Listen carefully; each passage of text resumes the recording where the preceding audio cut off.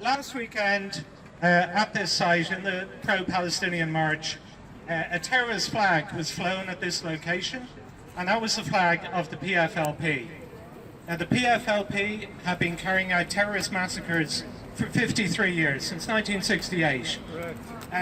Suicide bombings, all sorts of other appalling attacks.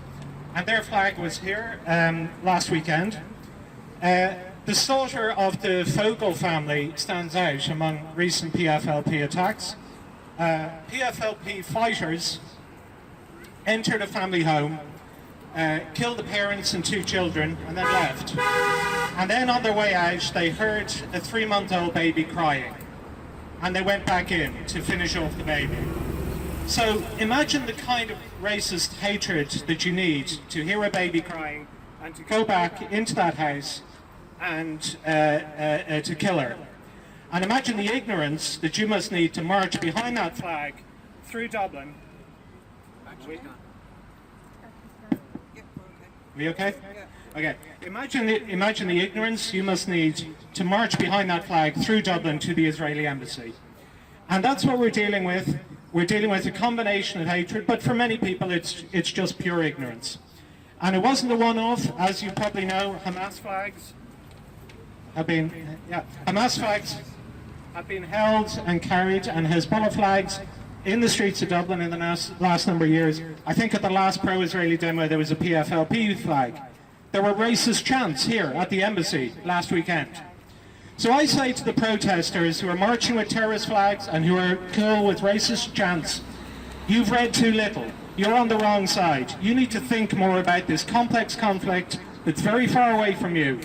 And you should read the other side of the argument, and you should have doubts. And one reason why you should have doubts, those people who were here last weekend, is have a look at the people who are on your side. All the Nazis in the world are on your side. All the anti-Semites. They obviously agree the Jewish state is evil and should be destroyed. All the communists in the world who regard the Jewish state as Western imperialism or some kind of theory like that, they're on your side as well. All the Islamists in the world who believe in the rule of Sharia, they agree that the Jews are occupying holy land and should be expelled or made to live under Islamic law. They're on your side too. All the jihadists in the world who believe in the caliphate, they're on your side as well. They agree the Jews must be expelled or exterminated. These are your allies, people. Not you, obviously. We're addressing the other audience. These are your allies. Will history say that you were right and all these awful people were right on this topic? No, it will not. It will not say that. So,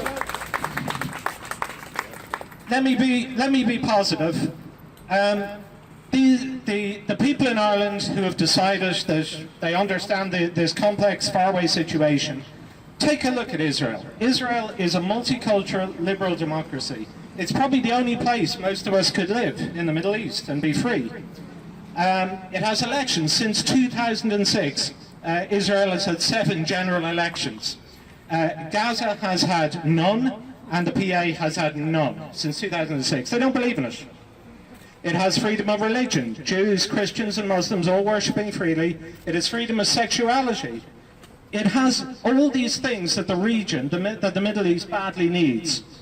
And despite all of its enemies and all of the attacks against it, Israel continues to thrive in almost every way in terms of economy and society. It shows what a Palestinian state could be if the Palestinians would change their ideas. Because I think we have to have sympathy for the Palestinians. I believe they are in the grip of an ideology that has ruined their lives and ruined their parents' lives. And they will not be free and they will not be happy until they change that ideology and adopt a more positive view of the future. And when they do, Israel will be a great friend and neighbour to them. So, it is a great mystery as to why people are anti-Israel. I think there's a vast number of reasons. Obviously anti-Semitism is up at the top, but it's more complex than that. There are lots of people who see it as some kind of struggle against Western imperialism or something or other, or a love for revolution and exciting violence. Violence is exciting to many people. There's a deluded belief that Israel's enemies are oppressed rather than being, for example, racists. There's a perfect storm of bad thinking as it infects much of the Irish state, including many of our politicians. But what I want to say is that what Ireland does mainly disgraces Ireland. Israel will survive, no matter what people in Ireland say.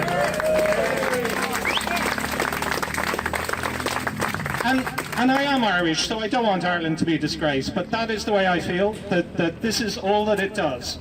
And a rally like this is important because it shows to the Israel haters in the Dáil and the Seanad, not in my name, not in our name, you don't speak for all of us in Ireland. You speak for yourselves and for some people, but not for us, and not for this whole country.